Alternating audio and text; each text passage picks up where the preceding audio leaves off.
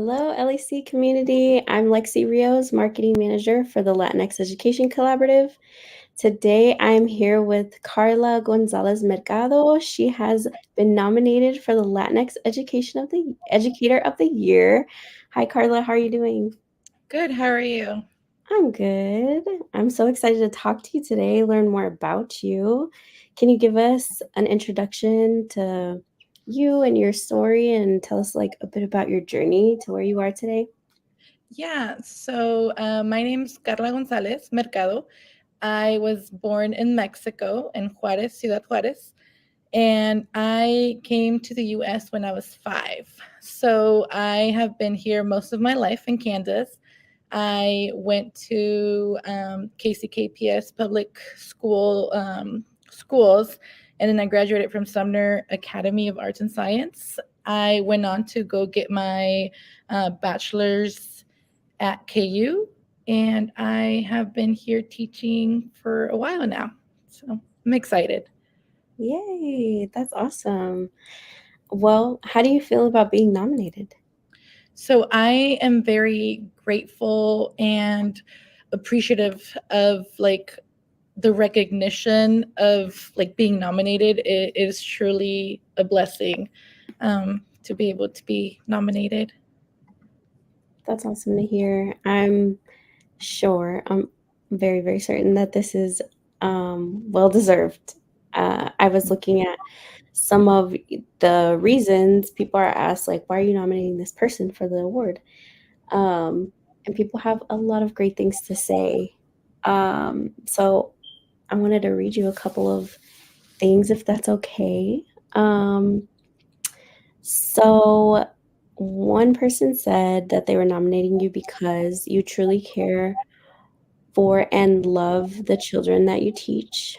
It says she has put in many long hours and often tears up when she contemplates struggles with her students' lives and what they face. She has a passion for math and is eager to share that passion with her students despite many obstacles. She's a fantastic educator. Someone else says that you absolutely always push your students to do the best that they can, and that you don't put up with any nonsense.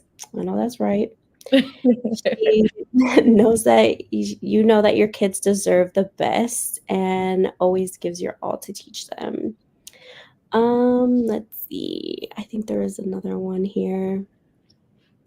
People had a lot of good things to say. I was just picking out the good ones. Um, Okay, Carla is a ray of sunshine. Her students love having her as a teacher, especially in a school that is predominantly Latinx/Hispanic. She is a product of the same school district, and she now teaches at where she encourages all students to learn and think ahead, especially after their high school years. Carla encourages students to practice their math skills in English and as well in Spanish and other languages that they speak. And there's so many more. Very similar things. And I think a very common thread that I see here and most of what people were saying is just that how much you care. And I think it says a lot to I always love to hear that people go back and teach at the schools that they came from. What does that mean to you? What does that feel like? So it's been really, really fun because I have met a lot of kids and I have worked with a lot of people. And it has made me open my eyes from when I was younger. When I was in high school, I hated math, like, hated it with the passion. I was such an English person. And so when I was older, I was like, I want to be able to help kids not feel so like terrified about math and be able to see it as something that like can be fun, that can be easy, and if you like really work hard you can actually like get through math and actually love it, which is crazy for 13 and 14-year-olds to hear that you'll love math in the future.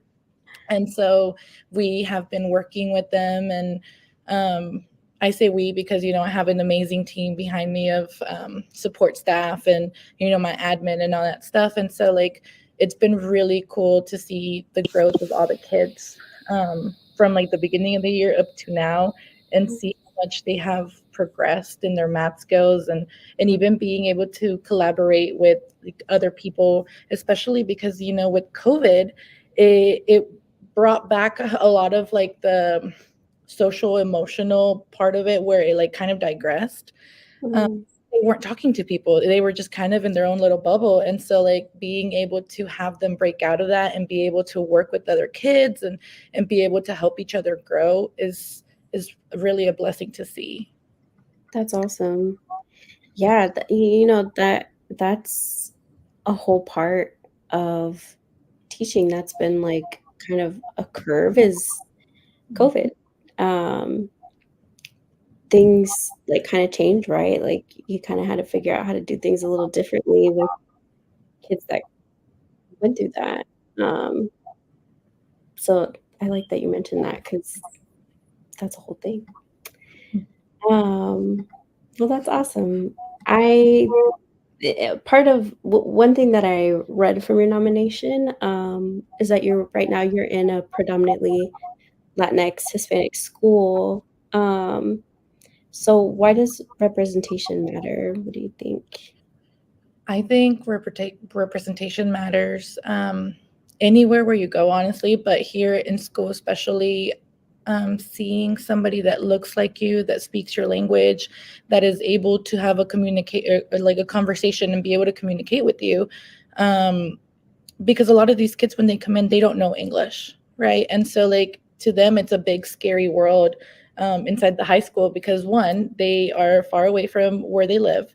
Two, they don't have the language. Three, they don't have people that they can rely on because of those communication skills. And so being able to come into a classroom where their teacher like knows their language and is able to help them, I think makes them feel safer, and in return makes them learn a lot more. They're able to ask the questions, they're able to like come up with like solutions, or like even like be like, hey, I need help with this, or be able to help their peers in the long run if they do come to me and then they have other peers that are struggling in other classes, because not everybody speaks their language. And so having that person that looks and talks and is from the same place where they are will definitely help them and shape them into being better people in the future, because they could Mm, see that they could make it too.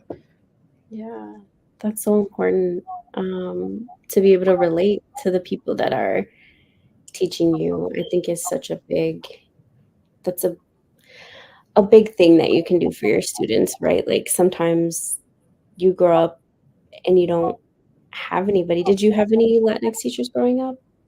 I didn't. And Mm, so I don't think in even elementary or middle school, no, I don't think anybody that I remember as my teachers were Hispanic. I was a Kaufman Scholar, so I had coaches. And so my main coach, Ms. VP, she was Hispanic. And so it was really cool to like have somebody that looked like me. And I still like talk to her every like couple of months or something. And there's just nothing but love for her, because she definitely like fostered a love for learning. mm, I love that. That's awesome. I love that you got that representation somewhere. Um, so kind of in my next question that I have for you, how can we build the right conditions for the advancement of Latinx youth? I think having a community helps a lot. And, you guys have been amazing in helping build that, especially because, a lot of us don't know where where to go or who to talk to, because we have different types of problems, that we don't usually see. And so being able to have a community behind us and being able to like bounce ideas back and be able to be like, hey, this is something that would help your classroom because I've noticed this XYZ. And so being able to just have people that like have the same values and similarities as you helps a lot. Mhm.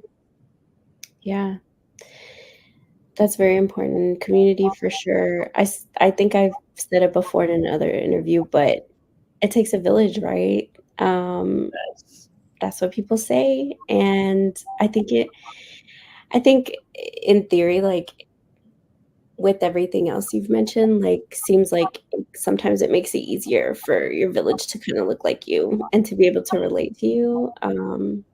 So I hope you're, finding your people for sure because I know that that's important. And um, my last question to you is, what keeps you going? The kids. I love seeing their little light bulb turn on, I guess you could say. Like they won't be getting it. And, I'm working with the kids, and next thing you know, they'll be like, oh, I got it. And it just like makes their little gears turn. And so next thing they're working on something that's harder than the original thing that they were working on before. And then next thing you see them helping their peers, and then they become a leader. And then, it just kind of like builds off of that initial I can do it. And being able to be a part of that just makes me so happy. I love that. I love that. Yeah, they're little light bulbs. I love that you said that. That's the cutest way to think about it. Um, well, anything else you want to share with us today? We went through our questions and I'd love to hear more. I just want to say thank you for everybody who nominated me, and I appreciate all the positive feedback. It just makes me so happy, and being able to represent a part of my community is a blessing. So thank you. Yes, thank you. Thank you for being here. Thank you for chatting with me, Karla. LEC community, it was an honor to interview Karla Gonzalez-Mercado, who was nominated for Latinx Educator of the Year. Until next time, thank you. Thank you. It was like us into the blades. We're sitting there like in the arena in Las Vegas, like. When I started this LEC community,